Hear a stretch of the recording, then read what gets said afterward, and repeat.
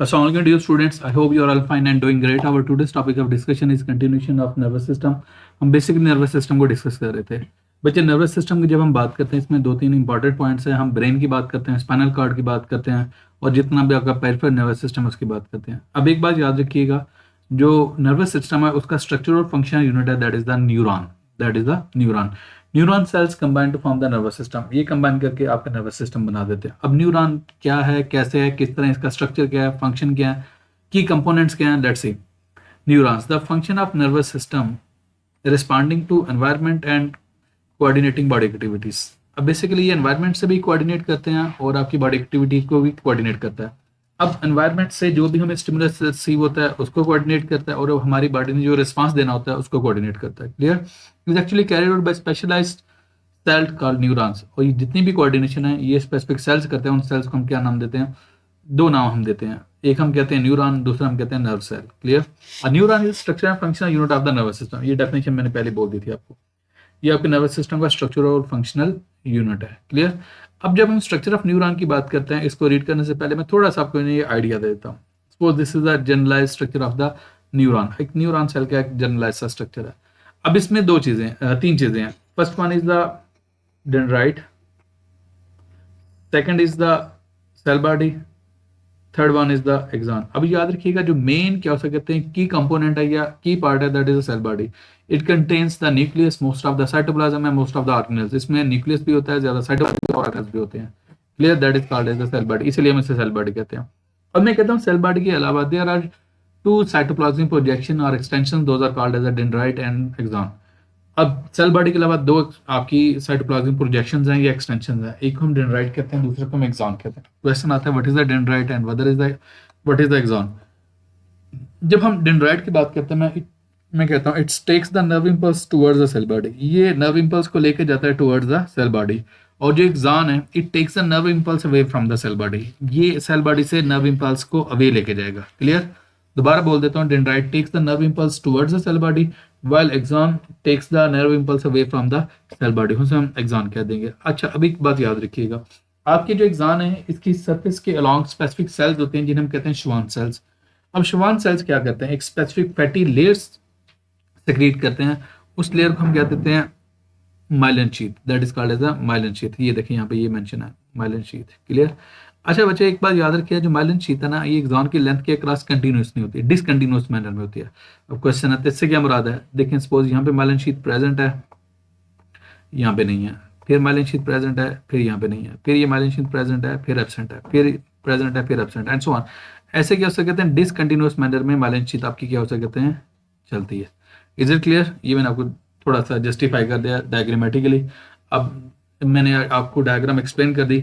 अब इसकी डिस्क्रिप्शन जो साथ दी गई है उसको रीड करते हैं, देखते हैं क्या है कैसे है। There are many variations in the structure of neuron but all the neurons have three component. कहता है बेसिकली तो न्यूरॉन की तीन टाइप है। हम कहते हैं सेंसरी न्यूरॉन है, मोटर न्यूरॉन है, इंटर न्यूरॉन। वैसे तो उनमें क्या हो सकता है कि डिटेल में जाएंगे तो कुछ ना कुछ डेफिनेटली वेरिएशंस होंगी, लेकिन उनके तीन की कंपोनेंट्स होते हैं। One is the cell body, other is the dendrite and third one is the axon. Is it clear? Okay, let's see.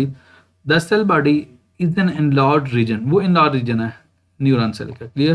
The nucleus of the neuron and most of its organelles are located in the cell body. आपका जो ज़्यादातर cytoplasm है और ज़्यादातर organelles हैं, those are present within the, you can say, cell body. वो cell body में ही होते हैं। Cytoplasm of cell body is characterized by presence of Nissl granules। अब उसमें क्या होते हैं? Nissl granules होते हैं। अब हमारे लिए क्वेश्चन आ जाएगा, ये जो सेल बॉडी का साइटोप्लाज्म है उसको हम कह रहे हैं कि एक स्ट्रक्चर है जिसे हम Nissl granules कह रहे हैं। अब ये Nissl granules क्यों कह रहे हैं? Why they are called as the Nissl granules? Clear? These are the groups of the ribosomes and rough endoplasmic reticulum। जारी बात है, जो आपके राइबोसोम्स है वो रफ एंडोप्लाज्मिक रेटिकुलम की सरफेस के ऊपर होते हैं। अब राइबोसोम्स और रफ एंडोप्लाज्मिक रेटिकुलम के कलेक्टिवली ग्रुप्स को हम क्या नाम देते हैं? Nissl granules कहते हैं। क्लियर? नेक्स्ट हम डेंड्राइट्स की बात करते हैं। Dendrites are membrane bound extensions of cell body. ये मेम्ब्रेन बाउंड एक्सटेंशंस हैं किसकी? सेल बॉडी की। मैंने आपको बताया दोनों आपके डेंड्राइट और एक्सॉन दोनों की क्या कहते हैं? एक्सटेंशंस हैं सेल बॉडी की। Clear? Okay, dendrites receive information from other neurons and other sales. अब जो आपके डेंड्राइट्स हैं ना वो इन्फॉर्मेशन रिसीव करते हैं फ्रॉम द अदर, दूसरे न्यूरॉन से और दूसरे सेल से। डेफिनेटली, क्योंकि मैंने आपको डेंड्राइट का बताया था, ये they conduct the nerve impulse towards the cell body, cell body की तरफ नर्व इम्पल्स को लेके आते हैं। Clear? They convert the information into nerve impulse, वो नर्व इम्पल्स के अंदर इन्फॉर्मेशन को कन्वर्ट करते हैं, carry it towards the cell body. Clear? From cell body the impulses are conducted away along an axon. और देखो मैं सिंपल करता हूँ, डेंड्राइट से मैसेज आ जाएगा सेल बॉडी से तक, और सेल बॉडी से आगे एक्सॉन के थ्रू नेक्स्ट फॉरवर्ड मूव कर जाएगा। क्लियर? अब देखें इसी से इधर एक्सप्लेन इसको डिपिक्ट करें। मैंने आपको डेंड्राइट से नर्व इम्पल्स आएगी टुवर्ड्स द सेल बॉडी, तो यही मैंने डिफाइन किया था कि dendrite conduct nerve impulse towards the cell body, वो नर्व इम्पल्स को सेल बॉडी की तरफ लेके आएंगे। और एक्सॉन को मैंने कैसे डिफाइन किया था, they conduct nerve impulse away from the cell body, वो सेल बॉडी से दूर लेके जाएंगे नर्व इम्पल्स को। तो यही चीज मैंने आपको बताई है। Motor interneurons receive impulses from many different sources simultaneously, मगर बहुत ज्यादा डिफरेंट सोर्सेज उन्हें इन्फॉर्मेशन आ रही होती है, information form of nerve impulse, impulses की फॉर्म में इन्फॉर्मेशन आ रही है। That is why they possess highly branch dendrites, तो उनके ये जो डेंड्राइट्स की ब्रांचिंग है ना वो बहुत ज्यादा होती है। क्यों? उन्हें मल्टीपल सोर्सेज से इन्फॉर्मेशन को रिसीव करना होता है, सो दैट्स वाई उनके डेंड्राइट्स की जो ब्रांचिंग है वो ज्यादा होती है। Axon is a long and membrane bounded extension of the cell body. Clear? It transmits impulses away from the cell body, और ये क्या हो सकते हैं, इम्पल्सेस को सेल बॉडी से अवे कंडक्ट करते हैं। ये मैं ऑलरेडी आपको इन्फॉर्म कर चुका हूँ। A neuron may have a single axon और ब्रांचिंग एक्सॉन, ये सिंगल एक्सॉन भी हो सकता है, ब्रांचिंग भी हो सकता है। The end of axon is the axon terminal. अब ये जो एंड है ना, this is called as the axon terminal. Terminal का मतलब होता है जो एंड। इट मे कंटेक्ट और communicate with muscle cell, gland cell and other neuron. अब इधर देखिएगा, अगर तो इसके साथ न्यूरॉन है तो न्यूरॉन को कन्वे कर देगा, लेकिन आपको पता है जो मोटर न्यूरॉन है ना मोस्टली वो मैसेज लेके जा रहे हैं टू फैक्टर्स, और फैक्टर की दो एग्जांपल्स हैं, one is the muscle cell, other is the gland. क्योंकि जो आपके मसल्स और ग्लैंड दोनों क्या एग्जांपल्स हैं किसकी, आपकी क्या हो सकते हैं, फैक्टर्स की। नेक्स्ट हम बात करते हैं स्पोर्टिंग सेल्स। अब आपके नर्वस सिस्टम के अंदर ना कुछ स्पोर्टिंग सेल्स भी होते हैं। अब वो स्पोर्टिंग सेल्स के उन्हें हम कहते हैं, they are called as neuroglia. Clear? In nervous system there are special cells which support neuron, special cells होते हैं जिन्हें हम न्यूरॉन कहते हैं। These supporting cells are called as neuroglia और ग्लाइल सेल्स, उन्हें हम न्यूरोग्लिया या ग्लाइल सेल्स कहते हैं। They supply nutrients to neurons, remove waste and provide immunity. Definitely अब ये इनके रोल, ये क्वेश्चन आ सकता है, what is the function of glial sales या न्यूरोग्लिया। फर्स्ट, वो न्यूट्रिएंट्स प्रोवाइड कर रहे हैं न्यूरॉन को, वेस्ट को रिमूव कर रहे हैं, थर्ड थिंग इम्यूनिटी प्रोवाइड कर रहे हैं। Two important glial cells are Schwann and oligodendrocytes. अब क्वेश्चन आता है इनका क्या सकते हैं फंक्शन है, इसको देखते हैं। दे रैप अराउंड द एक्सॉन, ये यहाँ पे देख लें, ये श्वान सेल्स हैं जिन्होंने रैप अप किया हुआ किसको, आपके एक्सॉन को। Of many neurons here they make myelin sheath, वो एक लेयर बना देते हैं जिसे हम क्या नाम देते हैं, माइलिन शीथ। और माइलिन शीथ याद रखिए फैटी लेयर होती है। Here sheets of multiple membrane layers around the axon, axon के इर्द गिर्द Schwann cells produce myelin sheath, जो Schwann cell myelin sheath produce कर देंगे around the axons and in peripheral nervous system. लेकिन कहाँ पे, पेरिफेरल नर्वस सिस्टम में। अब जब हम नर्वस सिस्टम की बात करते हैं, मैं उसमें भी कहता हूँ दो होते हैं, एक तो आपके होते हैं सेंट्रल नर्वस सिस्टम होता है, दूसरा आपका पेरिफेरल नर्वस सिस्टम होता है। तो ये जो है ना, ये peripheral nervous, oligodendrocytes produce myelin sheath in the central nervous system. Clear? Myelin sheath is an insulating covering, ये इंसुलेटिंग कवरिंग है। It helps in the fast transmission of nerve impulse along the axons, क्या उसे कहते हैं, जो myelin sheath है एक insulating covering के तौर पर बिहेव करती है। और याद रखिएगा हम दो टाइप के न्यूरॉन की बात करते हैं, एक हम कहते हैं माइलिनेटेड न्यूरॉन, दूसरा हम कहते हैं non myelinated neuron.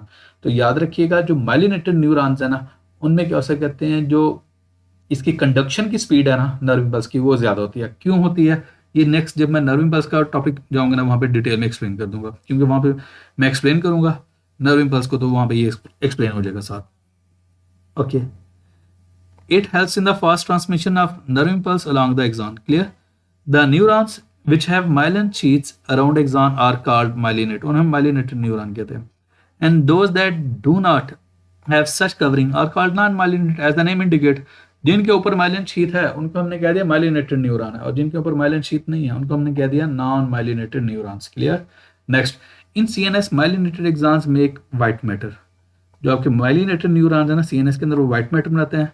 And non myelinated dendrites and cell bodies make grey matter, और जो नॉन माइलिनेटेड है वो ग्रे मैटर बनाते हैं। ये आपका डिफरेंस आ सकता है कि सेंट्रल नर्वस सिस्टम में what is the difference between white matter and grey matter. Clear? In peripheral nervous system both myelinated and non myelinated axons are bundled together to form the nerves, वो nerves बना देते हैं। In myelinated neuron, the myelin sheath is interrupted at intervals of 1 to 2 millimeter, वो intervals पे होगी, by small gaps, non myelinated parts हम कहते हैं. These non myelinated interruptions are called nodes of Ranvier. तो यही मैंने बताया था, जहाँ पे ये क्या नहीं है उन्हें हम कहते हैं नोड्स ऑफ Ranvier.